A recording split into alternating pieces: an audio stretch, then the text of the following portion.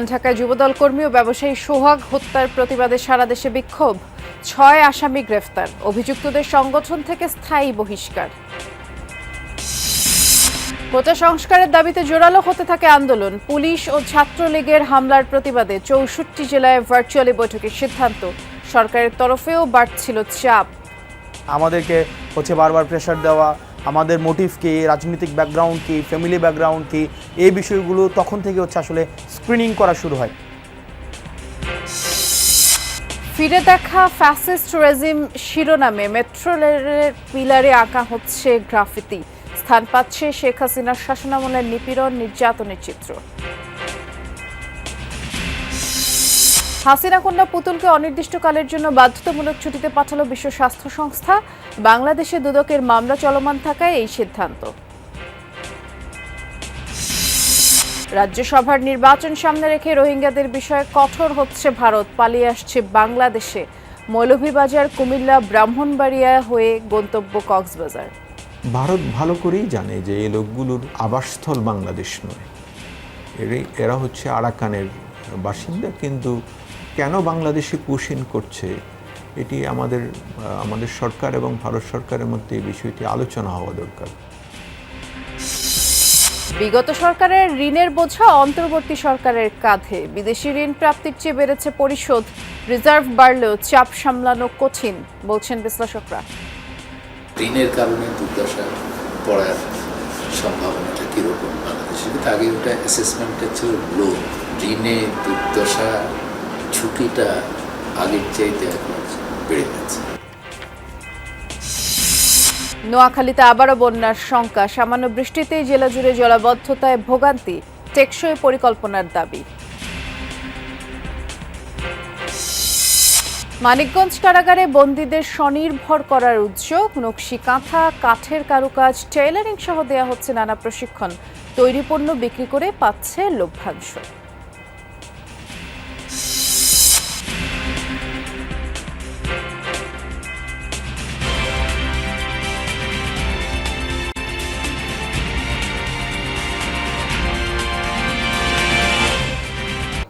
ব্যবসায়িক দ্বন্দ্ব আর রাজনৈতিক বিরোধে প্রকাশ্যেই পিটিয়ে হত্যা করা হয়েছে মেটফোর্ড এলাকার ব্যবসায়ী ও যুবদল কর্মী সোহাগকে। শুধু তাই না, হত্যার পর মরদেহের উপর উঠে পৈশাচিকতায় মেতে ওঠে হত্যাকারী দুর্বৃত্তরা। শত শত মানুষ থাকলেও কেউ এগিয়ে আসেনি। এসব বিষয়ে কথা বলতে রাজি হয়নি পুলিশ। বৃহস্পতিবারের এই ঘটনায় ১৯ জনের নামে মামলার পর ৬ জন গ্রেফতার হয়েছে। হত্যাকাণ্ডে সম্পৃক্ততার অভিযোগে যুবদল, স্বেচ্ছাসেবক দল ও ছাত্র দলের অভিযুক্ত সদস্যদের আজীবন বহিষ্কার করেছে বিএনপি। ব্যবস্থা নেওয়ার পরও দলের উপর দায় চাপানো অপরাজনীতি বলে মন্তব্য করেছেন সালাউদ্দিন আহমদ।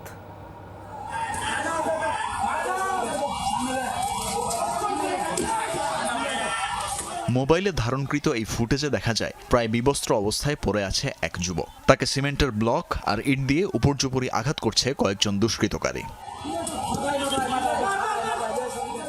এই ঘটনার আরেকটি সিসি ক্যামেরার ফুটেজে দেখা যায় বুধবার সন্ধ্যা ৬টার দিকে মিটফোর্ড হাসপাতালের ৩ নম্বর ফটকের সামনে কিছু মানুষের জটলা। কয়েক মিনিট পর ওই যুবকের রক্তাক্ত মরদেহ টেনে মূল সড়কে নিয়ে আসে ২ জন। নিথর দেহের উপর উঠে তাদেরকে পৈশাচিকভাবে উল্লাস করতে দেখা যায়।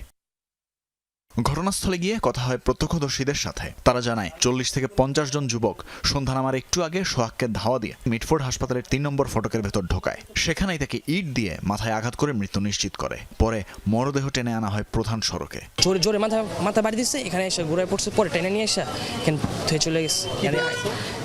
কেমন দেখতে এটা ঠিক জানি না, বাট দেখতে হ্যাঁ ভারী জিনিস, মানে ইট টাইপের। আর এখানে মারার পর এখানে খুইলে গেছে মাথা, হ্যাঁ মস্তক বের হয়ে গেছে। লোকজন যে আসতো ওদিকে থেকে আসছে। ওদিক থেকে কি ওই লোকটারা নিয়ে আসছে? হ্যাঁ ওদিকে থেকে নিয়ে আসছে। মারছে কোনটা? মারছে যে গেটের ভিতরে তো মাইরা পরে উপরে উড়ে আনছে। এইখানে ভিতরে এইখানে মানে টাইনা নিয়ে আসে, কিন্তু এইখানে গঞ্জামটা লাগছে ভিতরে, এই যে গেটটার ভিতরে মারছে ভিতরে। হ্যাঁ, খোঁজ নিয়ে জানা যায় নিহত সোহাগ মিটফোর্ড এলাকার ভাঙারির ব্যবসা করেন দীর্ঘদিন যাবৎ। হাসপাতালের পাশের রজনী বোস লেনে তার ব্যবসা প্রতিষ্ঠানের নাম সোহানা মেটাল। সিলভার, কিন্তু সিলভার হারিবাতিল। রেগুলার এখানে বসতো? হ্যাঁ রেগুলারই। হত্যাকাণ্ডে সম্পৃক্ততার অভিযোগে যুবদল, স্বেচ্ছাসেবক দল ও ছাত্রদলের অভিযুক্ত সদস্যদের আজীবন বহিষ্কার করেছে বিএনপি। জড়িতদের বিরুদ্ধে আইনানুগ ব্যবস্থা নিতে সরকারের প্রতি আহ্বান জানিয়েছেন বিএনপির স্থায়ী কমিটির সদস্য সালাহুদ্দিন আহমেদ। আমরা এফআইআর এর কাগজটা হাতে পেয়েছি এবং আমাদের অঙ্গ সংগঠনের কয়েকজনের নাম ওখানে আছে।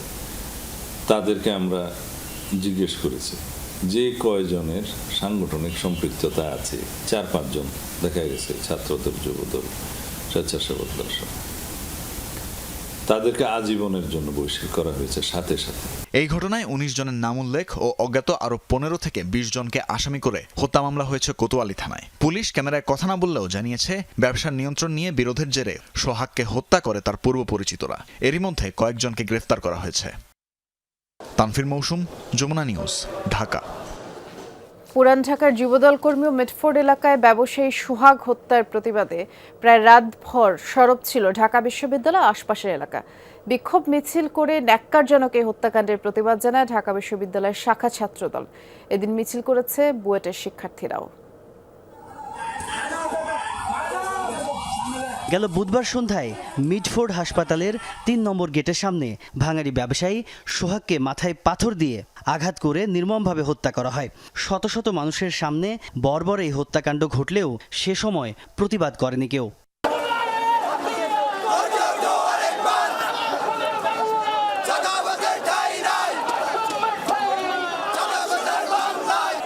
তবে প্রতিবাদ হয়েছে শুক্রবার রাতে। সোহাগ হত্যাকাণ্ডের প্রতিবাদে বিক্ষোভ করেছেন বাংলাদেশ প্রকৌশল বিশ্ববিদ্যালয় বুয়েটের শিক্ষার্থীরা। শিক্ষার্থীদের মিছিল বুয়েট শহীদ মিনার এলাকা থেকে শুরু হয়ে ঢাকা বিশ্ববিদ্যালয়ের রাজু ভাস্কর্যে এসে শেষ হয়। এ সময় শিক্ষার্থীরা সারা দেশে চলমান চাঁদাবাজি ও নিয়োগ বাণিজ্য বন্ধে কঠোর ব্যবস্থা নেওয়ার কথা বলেন। রাজনৈতিক পরিচয়ে অপরাধীদের রক্ষা করার সংস্কৃতি থেকে বের হয়ে আসার আহ্বান জানান তারা। এই ঘটনার মাধ্যমে দেশের সাধারণ মানুষ ও শ্রমজীবী জনগোষ্ঠীর নিরাপত্তাহীনতা চোখে আঙুল দিয়ে দেখিয়ে দেওয়া হয়েছে। আমরা আশা করি সরকার ও প্রশাসন কঠোর পদক্ষেপ গ্রহণ করবে, না হলে সাধারণ মানুষ রাষ্ট্রের প্রতি তার আস্থা হারিয়ে ফেলবে।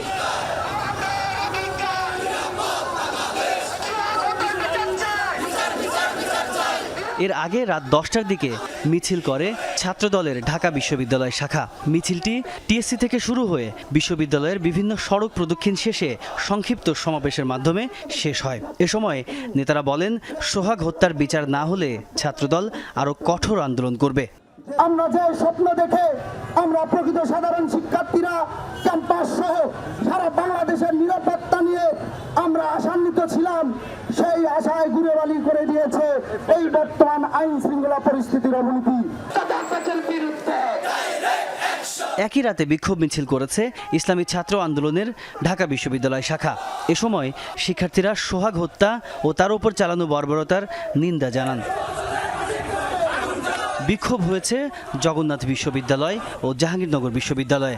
শুক্রবার রাত 9:30টার দিকে জগন্নাথ বিশ্ববিদ্যালয়ের কাঁঠালতলা থেকে বিক্ষোভ মিছিল বের হয়। মিছিল নিয়ে শিক্ষার্থীরা রাজধানীর বিভিন্ন সড়ক ও মোড় প্রদক্ষিণ করে মিটফোর্ডের সামনে কিছুক্ষণ অবস্থান নেন।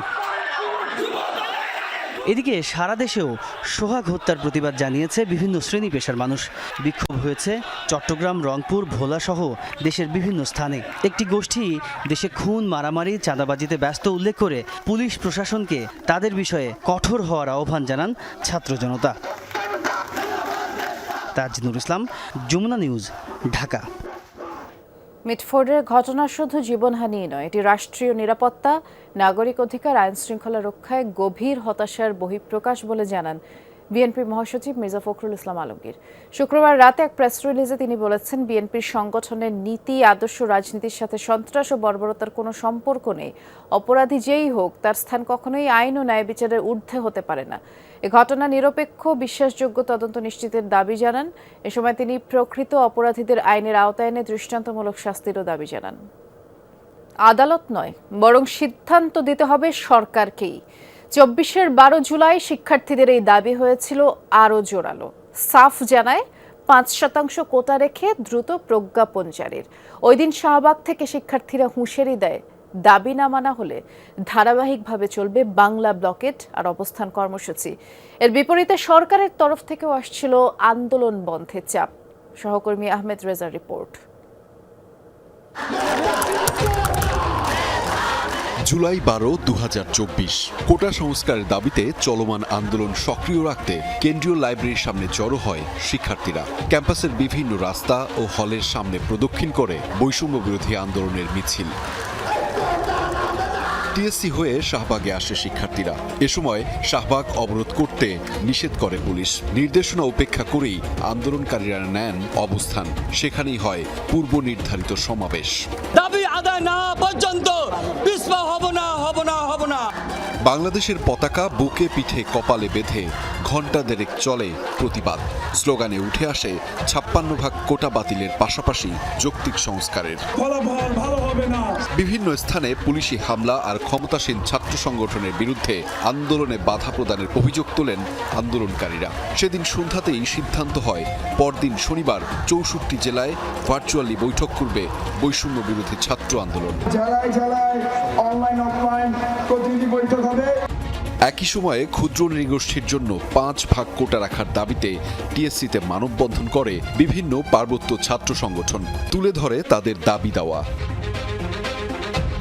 এদিকে আন্দোলনকারীদের উপর হামলার প্রতিবাদ আর কোটা সংস্কারের দাবিতে দেশের বিভিন্ন স্থানে বিক্ষোভ করেছিল শিক্ষার্থীরা। রাজশাহী বিশ্ববিদ্যালয়ের কেন্দ্রীয় লাইব্রেরির সামনে জড়ো হয় আন্দোলনকারীরা, করে রেললাইন অবরোধ। চট্টগ্রামের 16 শহর স্টেশন থেকে মিছিল নিয়ে বেরোয় বিভিন্ন প্রতিষ্ঠানের শিক্ষার্থীরা। ক্যাম্পাসে খুলনা বিশ্ববিদ্যালয়ের শিক্ষার্থীরাও পালন করে কর্মসূচি। মশাল মিছিল করে জাহাঙ্গীরনগর বিশ্ববিদ্যালয়ের ছাত্রছাত্রীরাও।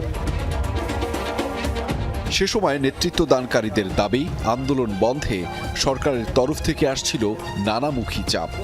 আমাকে ডেকে নেওয়া, নাহিদকে ডেকে নেওয়া, আসিফকে আলাদাভাবে ডেকে নেওয়া, আমাদেরকে বারবার প্রেশার দেওয়া, আমাদের মোটিভ কি, রাজনৈতিক ব্যাকগ্রাউন্ড কি, ফ্যামিলি ব্যাকগ্রাউন্ড কি, এই বিষয়গুলো তখন থেকে আসলে স্ক্রিনিং করা শুরু হয়। বরং এই আন্দোলনকে যে কোনো রাজনৈতিক দলের ফেসিলিটেট করা উচিত ছিল, কিন্তু সাধারণ আন্দোলনকে ভয় পাওয়ার যে জনভীতি একটা ছিল, সেটাই ছাত্রলীগের মধ্যে তখন দেখা যেত। কিন্তু নতজানু না হয়ে দাবি আদায়ের লড়াই ও অবরোধ চালিয়ে যাওয়ার ইঙ্গিত দিয়ে রাখেন আন্দোলনকারীরা।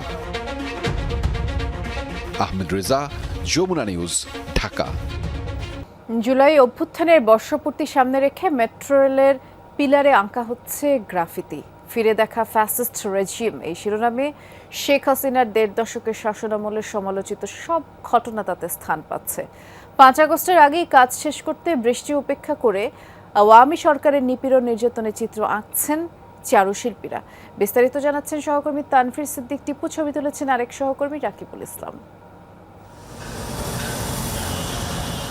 রাজধানীর কারওয়ান বাজার মেট্রো রেল স্টেশন থেকে ফার্মগেটের দিকে সড়ক পথে গেলেই দেখা মিলবে সব চিত্রকর্মের।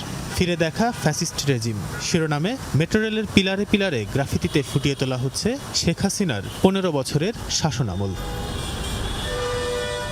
কারাগারে রুদ্ধ খালেদা জিয়া, 24-এর অভ্যুত্থান, কোটা সংস্কার বা নিরাপদ সড়কের দাবিতে রাজপথে শিক্ষার্থীদের আন্দোলন, আলোচিত তনু কিংবা সীমান্তে ফেলানির হত্যাকাণ্ড, বিশ্বজিৎ হত্যা কিংবা ইলিয়াস আলীর গুম, শাপলা চত্বরের হত্যাকাণ্ড, বিনা প্রতিদ্বন্দ্বিতার নির্বাচন।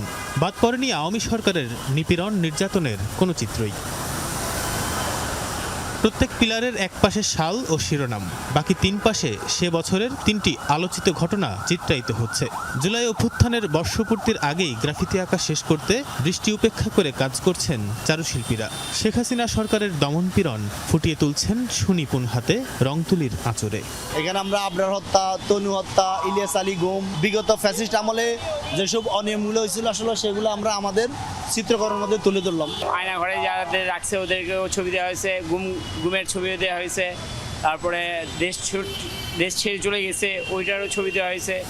এসব চিত্রকর্ম তৈরিতে সহযোগিতা করছে ঢাকা উত্তর সিটি কর্পোরেশন। মেট্রো রেলের এসব পিলারের পাশাপাশি রাজধানীর যেখানে সেখানে পোস্টার না লাগাতে রাজনৈতিক দলসহ নগরবাসীকে অনুরোধ ডিএনসিসি প্রশাসকের।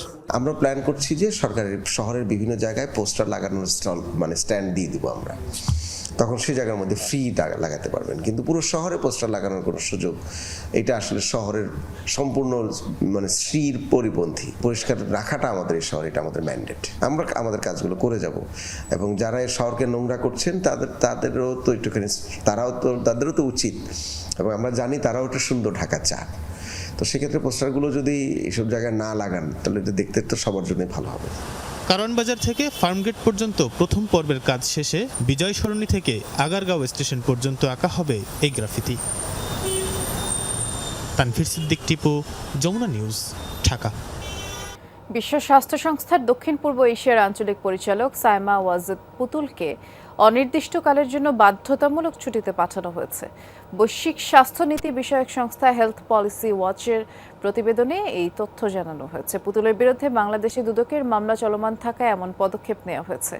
শুক্রবার থেকে কার্যকর হয়েছে তার ছুটি। আর গেল বছরের শুরুতে WHO-র এই পদে পুতুল যোগ দেন।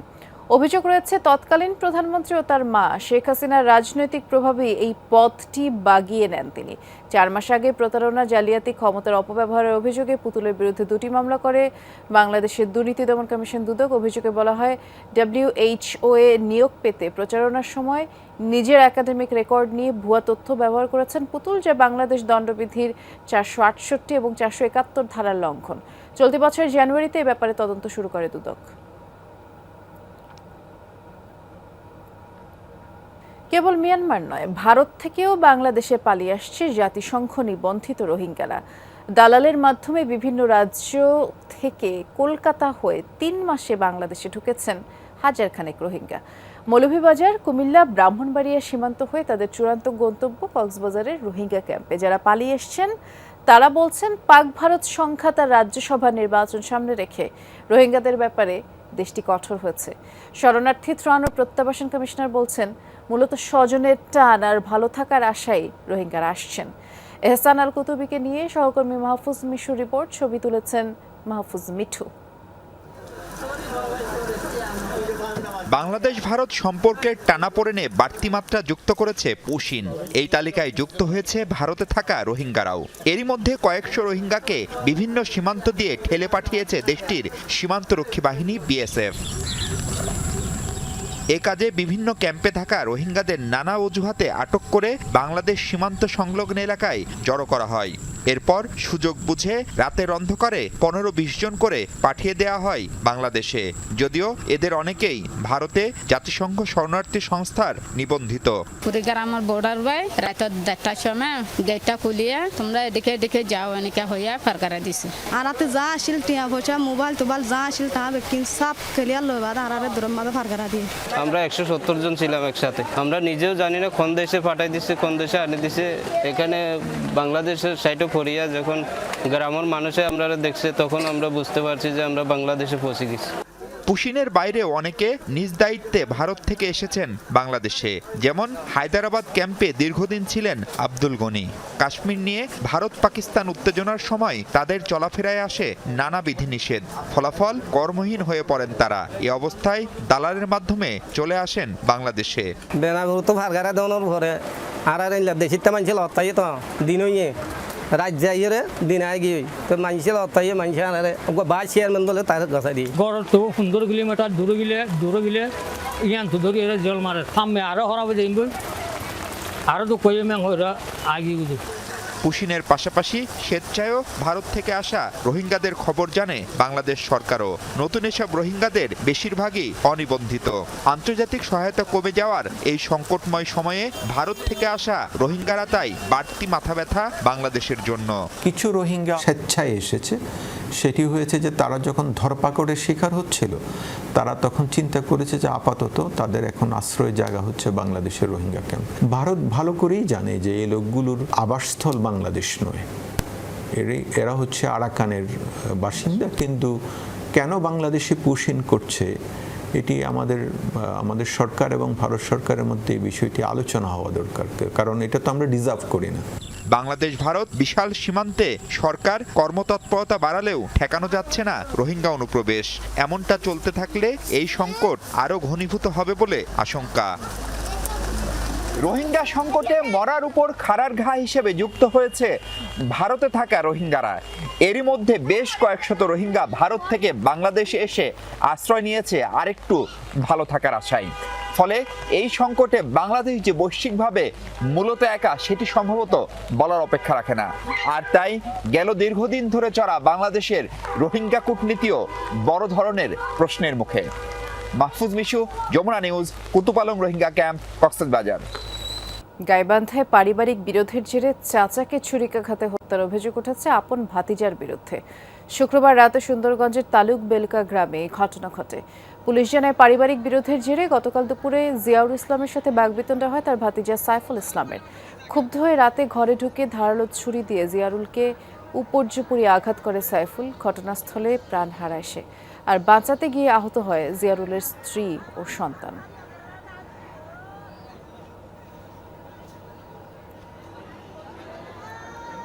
একদিকে বিদেশি ঋণ পরিশোধের দায় বাড়ছে, আরেকদিকে কমেছে পাওয়ার প্রতিশ্রুতি। সব মিলিয়ে চাপে অন্তর্বর্তী সরকার। বিদায়ী অর্থ বছরের 11 মাসেই দিতে হয়েছে রেকর্ড কিস্তি। পরিকল্পনা কমিশন বলছে আগের সরকারের ইচ্ছে মতো প্রকল্প ঋণ নেয়ার দায় এখন সামলাতে হচ্ছে। আর্থিক ব্যবস্থাপনা ঠিক না হলে বিপদ আরও বাড়বে।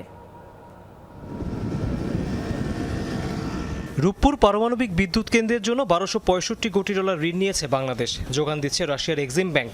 কথা ছিল আসল পরিশোধ শুরু হবে 2027 সাল থেকে, কিন্তু সেই ভাবনা 2 বছর পেছাতে চায় সরকার। ফলে কিস্তির হিসাব এখনও শুরু হয়নি। তবে একবার শুরু হলে রূপপুরের পেছনে সুদ ও আসল সহ বছরে খরচ হবে 50 কোটি ডলার। তার আগেই বিদেশি ঋণের চাপে জর্জরিত বাংলাদেশ। বিদায়ী অর্থ বছরের প্রথম 11 মাসে ঋণের কিস্তি পরিশোধে ব্যয় হয়েছে 378 কোটি ডলার। অথচ এর আগের অর্থ বছরের পুরো সময় বিদেশি ঋণের আসল ও সুদ বাবদ দিতে হয়েছিল 334 কোটি ডলার। কমেছে বিদেশি অর্থ ছাড় আর প্রতিশ্রুতিও। গেল অর্থ বছরের জুলাই থেকে মে মেয়াদে বিদেশি ঋণ ছাড় কমেছে 142 কোটি ডলার। একই সময়ে 792 কোটি থেকে প্রতিশ্রুতি নেমেছে 548 কোটি ডলারে। এক্সচেঞ্জ রেট বা মনিটারি পলিসি যে ইন্টারেস্ট রেট যে ম্যানেজমেন্ট এটা খুব প্রুডেন্ট হওয়া দরকার, এবং সেটা থিওরিটিক্যালি হোক এম্পেরিক্যালি হোক সেটা যেন একটা টেকসই ম্যানেজমেন্ট হয়, সেই যে ব্যাপারে সজাগ থাকতে হবে বাংলাদেশ ব্যাংকে। চলতি অর্থ বছরে সরকারের বিদেশি ঋণ পরিশোধের চাপ আরও $1 বিলিয়ন বাড়বে। মূল কারণ সুদ। পরে বড় প্রকল্পের গ্রেস পিরিয়ড শেষ হয়ে গেলে সুদ ও আসল দুটিই বাড়বে। বিশ্লেষকরা বলছেন রিজার্ভের পরিমাণ বাড়লেও তা দিয়ে এই চাপ সামলানো কঠিন।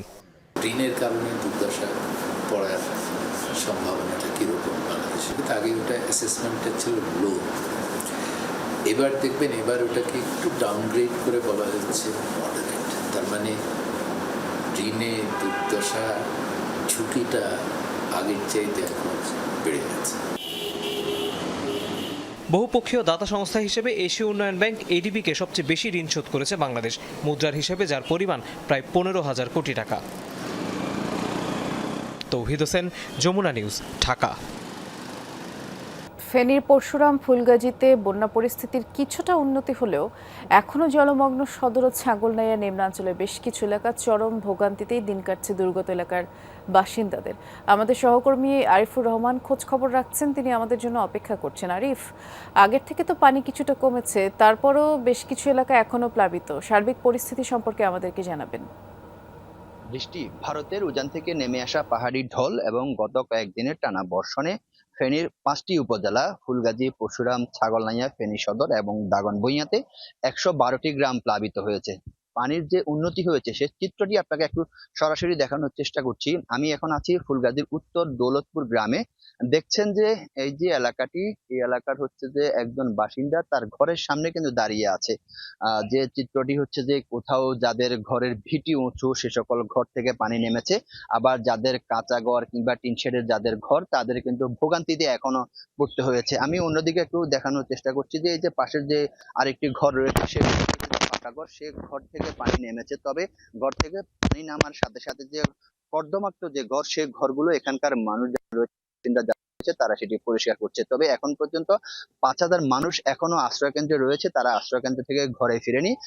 4,500 মানুষ আশ্রয় কেন্দ্র থেকে ঘরে ফিরেছে। ঘরে ফিরে তারা তাদের ঘরে থাকার উপযোগী করার জন্য যে কাজগুলা করা দরকার তারা মূলত সেই কাজটি করছে। তবে পানি উন্নয়ন বোর্ডের নির্বাহী প্রকৌশলীর সাথে কথা বলে যেটি জেনেছি যে এখন পর্যন্ত মুহুরী নদীর ফেনীর ফুলগাজী এবং পরশুরাম উপজেলার বিপদ সীমার 3 মিটার নিচ দিয়ে প্রবাহিত হচ্ছে। অন্যদিকে ছাগলনাইয়া উপজেলার হরিপুর পয়েন্টে বিপদসীমার অনেক এখনো 20 সেন্টিমিটার উপর দিয়ে প্রবাহিত হচ্ছে, যার কারণে ছাগলনাইয়া এবং ফেনী সদর উপজেলার নতুন নতুন গ্রাম কিন্তু এখনো প্লাবিত হচ্ছে এবং কি বিশেষ করে হচ্ছে যে মানুষ এখন ভোগান্তিতে রয়েছে এবং ভোগান্তিতে থাকার যে কারণ হচ্ছে যে ভারতের উজানের পানি আসার কারণে অনেকের ঘর নষ্ট হয়ে গিয়েছে। আমরা এখন একজন বাসিন্দার সাথে কথা বলবো, তার আসলে ঘরের বর্তমান কি অবস্থা। আমার ঘরের ভিতরে তো আজকে 4 দিন পানি এখন মনে করেন যে পাহাড়ি ঢলটায় এখন একটু কমতেছে, ইনশাল্লাহ আরো 2 দিন লাগবে ঘর থেকে পানি নামতে, এটাই। আপনাকে আরেকটি তথ্য দিই, সেটি হচ্ছে যে আজকে ত্রাণ ও দুর্যোগ উপদেষ্টা এই সকল এলাকা পরিদর্শনে আসবেন। তবে এখানকার মানুষ যারা যেটি বলছে যে তারা কিন্তু কোনো ধরনের আশ্বাস চায় না, তারা চায় যে এরকম বাঁধের একটি স্থায়ী সমাধান। বাঁধের সংস্কার চেয়েছে, তারা ত্রাণ চায় না, সেটি বেশ কিছুদিন যাবতই তাদের চাওয়া। ধন্যবাদ, বিস্তারিত জানাচ্ছিলেন আরিফ। 24-এর ভয়াবহ বন্যার 1 বছর না পেরোতেই নোয়াখালীতে আবারও জলাবদ্ধতা, বন্যার আশঙ্কাও রয়েছে। সামান্য বৃষ্টিতে জেলা জুড়ে জলাবদ্ধতা নিয়ে উৎকণ্ঠায় স্থানীয়রা বলছেন, টেকসই পরিকল্পনার অভাবে সমস্যা দীর্ঘ থেকে দীর্ঘতর হচ্ছে। 1 বছরও হয়নি ভয়াবহ এক বন্যায় ক্ষতিগ্রস্ত হয়েছেন নোয়াখালীবাসী। এখনো পুরোপুরি ধকল কাটিয়ে উঠতে পারেননি অনেকে। এরই মধ্যে গত কয়েকদিনের টানা বৃষ্টিতে দেখা দিয়েছে জলাবদ্ধতা, রয়েছে বন্যার আশঙ্কাও। অবৈধ খাল দখল, অপর্যাপ্ত ড্রেনেজ ব্যবস্থা, পরিকল্পনাহীনতা ও সদিচ্ছার অভাবকে দুষছেন জেলাবাসী। এক পাশে পানি নেই, আর এক পাশে প্রায় 30 লক্ষ মানুষ পানি বন্দি। ঘরে দুয়ারে হানি উড়ি ব্যাগ ইয়ে গেছে, বাট্টা ত্রাইতে আর না কষ্ট হয়ে গেছে। আমাদের ঘরে পানি উড়ি গেছে, 4 আঙ্গুল বাকি আছে, আর এখন চলে আসি আশ্রয় কেন্দ্রে চলে যাই। নির্বাচনের কারণে হানিটা অ্যাটেক খাই, আমাদের সব দামগুলো পানি নিচে নামে গেছে। কয়েকদিনের জলাবদ্ধতায় ক্ষতি থেকে বাদ যায়নি জেলার ফসলের মাঠ ও প্রাণী সম্পদ খাত। সর্বস্ব হারিয়েছেন অনেকেই। স্থানীয়রা বলছেন, মেঘনার শাখা নদী দখল, ভুলুয়া নদী ও বাঁশখালী খালে বাঁধ দেওয়ার কারণে নামতে পারছে না পানি। পাশাপাশি কোম্পানিগঞ্জ উপজেলার চর এলাহি ইউনিয়নের একটি বাঁধকে দায়ী করছেন অনেকে। সুইচগেট দিয়ে পানি নামানোর ব্যবস্থা করা ছাড়া যদি এই বাঁধটা কাটা হয় কিংবা ছাড়া হয়, তাহলে আমরা আপনার পানির নিচে থাকতে হবে। এখন পানিগুলো তো আগে ভুঁইয়ার পর্যন্তই আসতে পারতেছে না, তার আগে আপনার মনে করেন বুলুয়ার প্রথম অংশে আপনার বাঁধ দিয়ে ফেলছে হেরা। ভুঁইয়ারহাটের যে খালটা ছিল, এই খালটা ছিল আপনার অনেক গভীরতা খাল। এখন ওখানে দেখা গেছে মানুষে জাল বসাইতেছে, কোনো রকম মানে মাছ ধরতেছে, পানি নাই ওখানে। জলাবদ্ধতার দায় স্বীকার করেছেন জেলা প্রশাসকও, দিয়েছেন সমস্যা সমাধানের প্রতিশ্রুতি। পানি উন্নয়ন বোর্ড 19টি খালের কথা তারা বলেছে, সেগুলো তারা 3 মিটার কাজ চলছে। পাশাপাশি 176 কিলোমিটার খাল পিভিএডিসি তারাও আমাদেরকে বলেছে যে তারাও একটি প্রকল্পের আওতায় এই খালগুলো খনন করবে। ত্রাণ নয়, জলাবদ্ধতা থেকে স্থায়ী পরিত্রাণ চায় উপকূলীয় জনপদের মানুষ। সাবরিনা লিজা, যমুনা নিউজ। গত অর্থ বছরের চেয়ে এবার খুলনা সিটি কর্পোরেশনের বাজেটের আকার 270 কোটি টাকা কমেছে এবং দাতা নির্ভর বিশেষ প্রকল্প সম্পন্ন হওয়ায় বাজেটের পরিধি কমছে বলছেন সংশ্লিষ্টরা। নগরবাসীর প্রত্যাশা, দীর্ঘদিনের জলাবদ্ধতার যে সমস্যা সেটি সমাধানে বিশেষ গুরুত্ব দেওয়া হবে বাজেটে। একই সাথে পরিষ্কার পরিচ্ছন্ন নগরীও তারা দেখতে চান। নতুন করে কোনো ধরনের কর আরোপ না করেই জনপ্রত্যাশা পূরণ করতে চায় খুলনা সিটি কর্পোরেশন। চলতি মাসের শেষ দিকে ঘোষণা হবে খুলনা সিটি কর্পোরেশনের 2025-26 অর্থ বছরের বাজেট। এবারের প্রস্তাবিত বাজেটের আকার ধরা হয়েছে 711 কোটি 54 লাখ টাকা, যা গত বছরের চেয়ে 270 কোটি টাকা কম। বাজেটে রাজস্ব তহবিল থেকে আয় ধরা হয়েছে 447 কোটি 97 লাখ টাকা। উন্নয়ন তহবিলের 263 কোটি 56 লাখ টাকার মধ্যে সরকারি অনুদান 130 কোটি 28 লাখ আর বিশেষ প্রকল্প থেকে আসবে 133 কোটি 28 লাখ টাকা। সংশ্লিষ্টরা বলছেন, উন্নয়ন সহযোগীদের প্রকল্প সংখ্যা কমে যাওয়ায় কমছে বাজেটের আকার।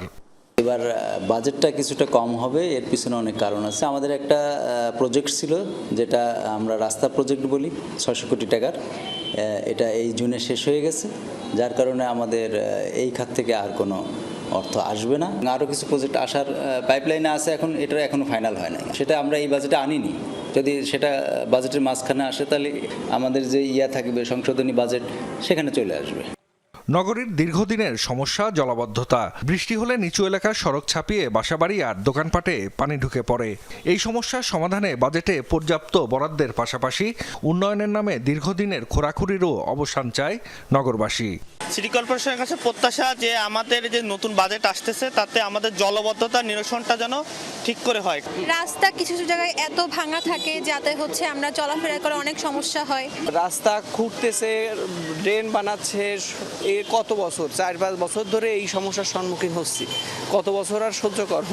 রাস্তার উপরে ময়লা রেখে খুব খারাপ অবস্থা না, আপনি চলাচল করতে আপনার সমস্যা হবে, কষ্ট হবে, বহু দূর পর্যন্ত নাকে আপনাদের ঘ্রাণ আসবে। সিটি কর্পোরেশনের প্রশাসক বলছেন এবারের বাজেটে নগরবাসীর ওপর বাড়তি কোনো কর আরোপ করা হবে না। ড্রেনেজ ব্যবস্থার উন্নয়ন, জলাবদ্ধতা নিরসন, মশা নিধন ও বর্জ্য ব্যবস্থাপনায় বিশেষ বরাদ্দ রাখার কথাও জানান তিনি।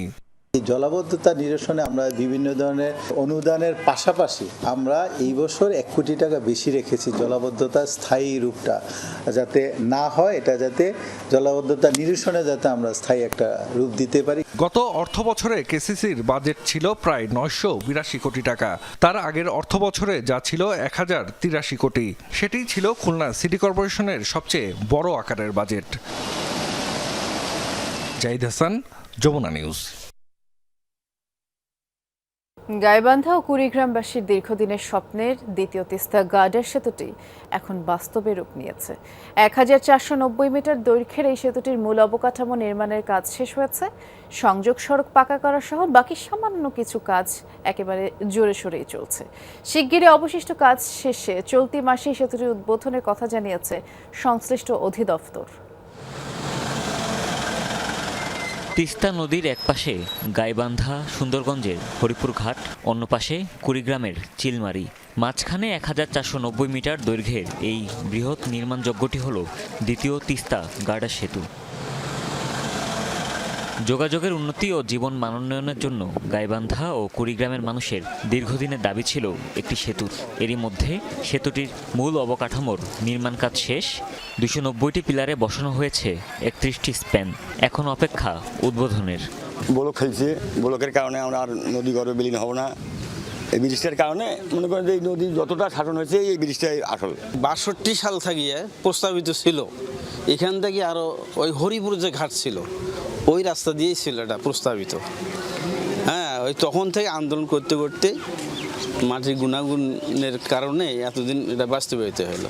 সেতু ঘিরে নতুন আশায় বুক বাঁধছে তিস্তা পাড়ের লাখো মানুষ।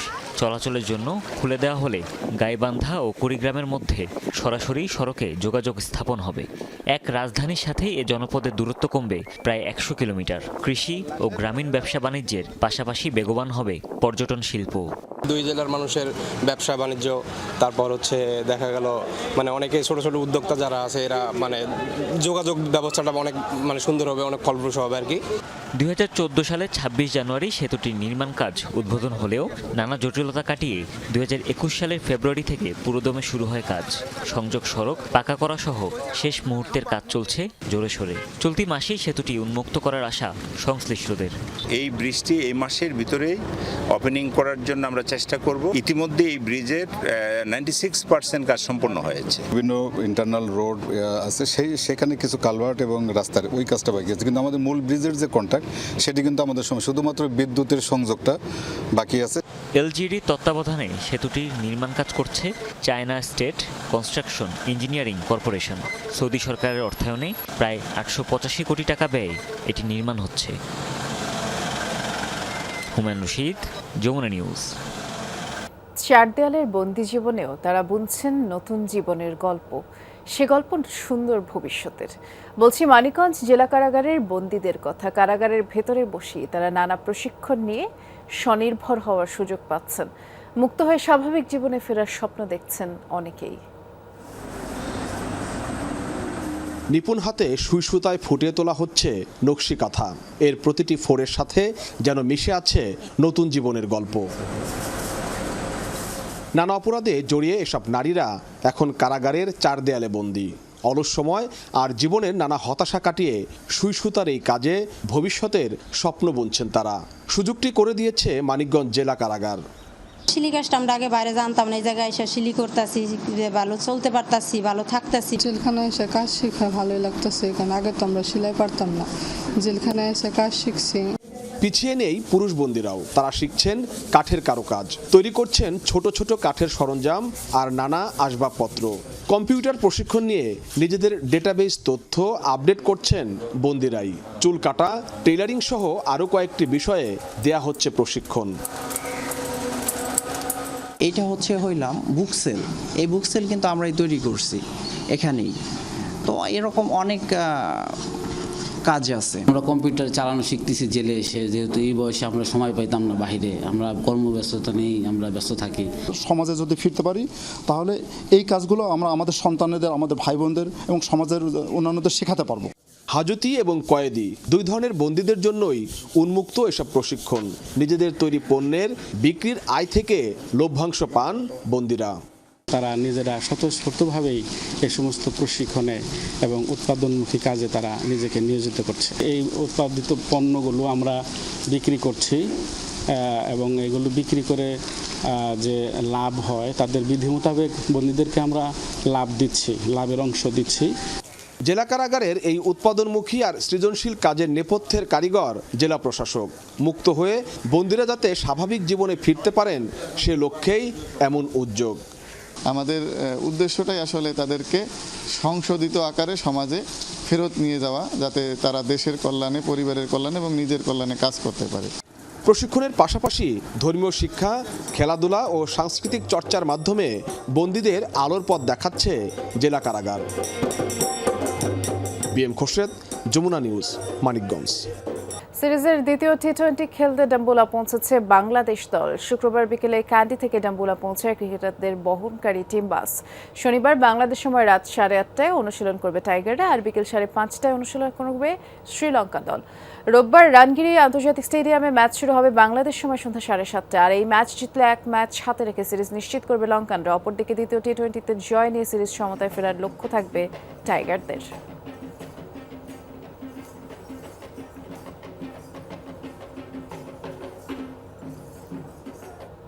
সকল জল্পনার অবসান ঘটিয়ে অবশেষে অস্ত্র সমর্পণ কর্মসূচি বাস্তবায়ন করেছে তুরস্কের বিদ্রোহী গোষ্ঠী কুর্দিস্তান ওয়ার্কার্স পার্টি পিকেকে। শুক্রবার ইরাকের কুর্দিস্তান অঞ্চল সুলেইমানিয়ার জাসানা নামক এক গুহায় ছিল এই অস্ত্র জমাদান অনুষ্ঠান।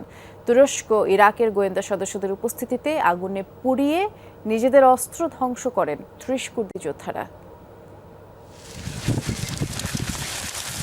ধ্বংস করা হচ্ছে বিভিন্ন ধরনের আগ্নেয়াস্ত্র, হ্যান্ডগান থেকে শুরু করে রাইফেল এবং ভারী মেশিনগানও রয়েছে ধ্বংস হওয়া অস্ত্রের তালিকায়।